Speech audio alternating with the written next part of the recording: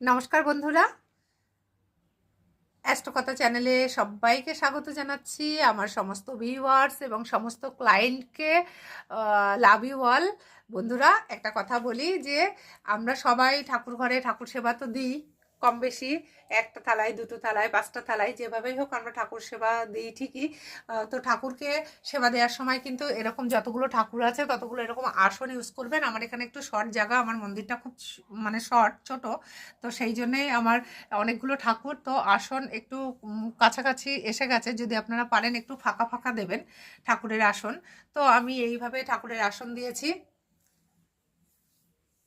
এইভাবেই ঠাকুরের আসন দেয়া আছে। দিয়ে আমি একটু বড় থালা এবং বড় গ্লাস ইউজ করি ঠাকুরের জন্য, তো এইভাবে দিয়েছি। আজ আমি ঠাকুরকে দিয়েছি আমেত্তি, কিশমিশ, মিষ্টি আর বাতাসা। সব ঠাকুর দিদি তাই দিয়েছি। আমি 3টে থালায় ঠাকুরকে সেবা দিই আর 5টা গ্লাসে জল দিই। তো সেই হিসাবে তো ঠাকুর সেবা দিতে গেলে কিন্তু একটা জিনিস মনে রাখতে হবে, এই যে মানে চন্দন দিতে হবে তুলসী পাতায়, মানে তুলসীর সমস্ত পাতায় চন্দন। দেখেন আমি চন্দন দিয়েছি, তো এটা আমি গুঁড়ো চন্দন ব্যবহার করেছি। তো সেই হিসাবে এই চন্দন সমেত তুলসী পাতা, এবং তুলসী পাতা এরকম যেন বোটা থাকে, সেইভাবেই কিন্তু আপনাকে সমস্ত ঠাকুরের প্রসাদে দিতে হবে। এরকম প্রসাদের উপরে দিতে হবে,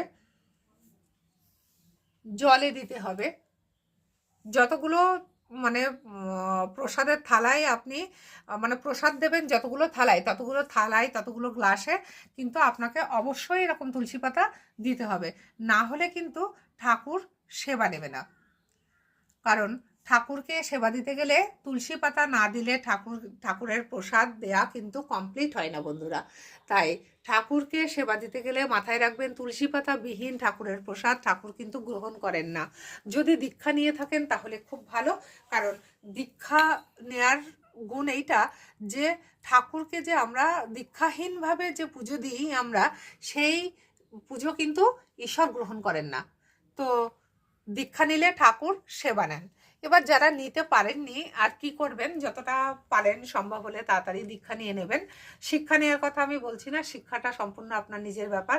শিক্ষা নিতে পারবেন কি না, শিক্ষা নিলে অনেক নিয়মকানুন পালতে হয়, কিন্তু দীক্ষাটা আপনারা নিতেই পারেন। দীক্ষা নিলে কোনো নিয়মকানুন পালা যায় না, কিন্তু দীক্ষা নেওয়ার পরে ঠাকুরকে সেবা দিলে ঠাকুর সে সেবা গ্রহণ করে। প্রত্যেককেই ছোটোর থেকে মানে বয়স্ক সবাইয়ের দীক্ষা নেওয়া উচিত, তাতে সুবিধাই হয়।